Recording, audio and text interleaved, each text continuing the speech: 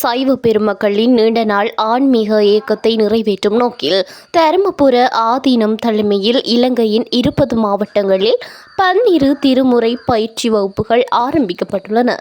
ஆலயங்களில் ஒலிக்கும் ஓதுவார் மூர்த்திகளின் கணீர் என்ற பன்னிசை வழியாக தேவார பாடல்களை தாமும் பிள்ளையர கற்க வேண்டும் என்ற விருப்பம் ஒவ்வொரு சிவநேசரின் உள்ளத்திலும் எழுகின்றது.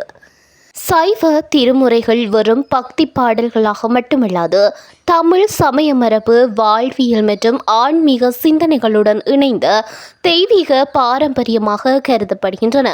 எனினும் முறையான குருவழி கற்றல் வாய்ப்புகள் இன்றைய காலகட்டத்தில் குறைவாகவே காணப்படுகின்றன.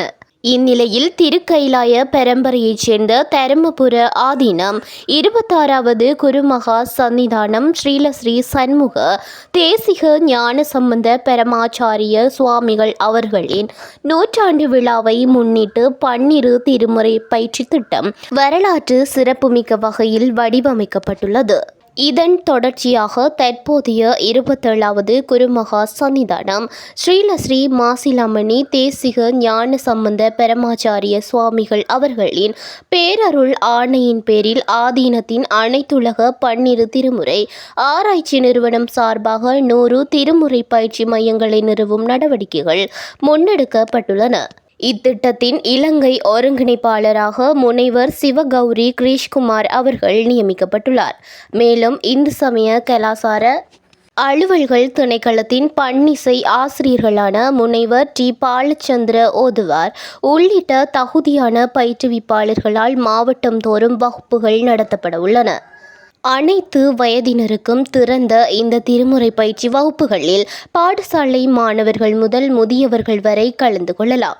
இதனுடன் இத்தெய்வீக பணியில் தங்களை இணைத்து எதிர்காலத்தில் திருமுறை வகுப்புகளை நடத்த விரும்புவோருக்கும் தேவையான பயிற்சிகள் வழங்கப்பட உள்ளன. இதன் அடிப்படையில் பதுளை மாவட்ட இந்து சமய அபிவிருத்தி பேரவையினூடாக மாவட்டத்தின் பல பிரதேசங்களில் திருமுறை வகுப்புகளை நடத்த ஏற்பாடுகள் செய்யப்பட்டுள்ளன. பதுளை மாவட்ட திருமுறை வகுப்புகளின் தொடக்க விழா லுடுகலை நாட்டு கதிரேசன் ஆலயத்தில் நடைபெற்றது.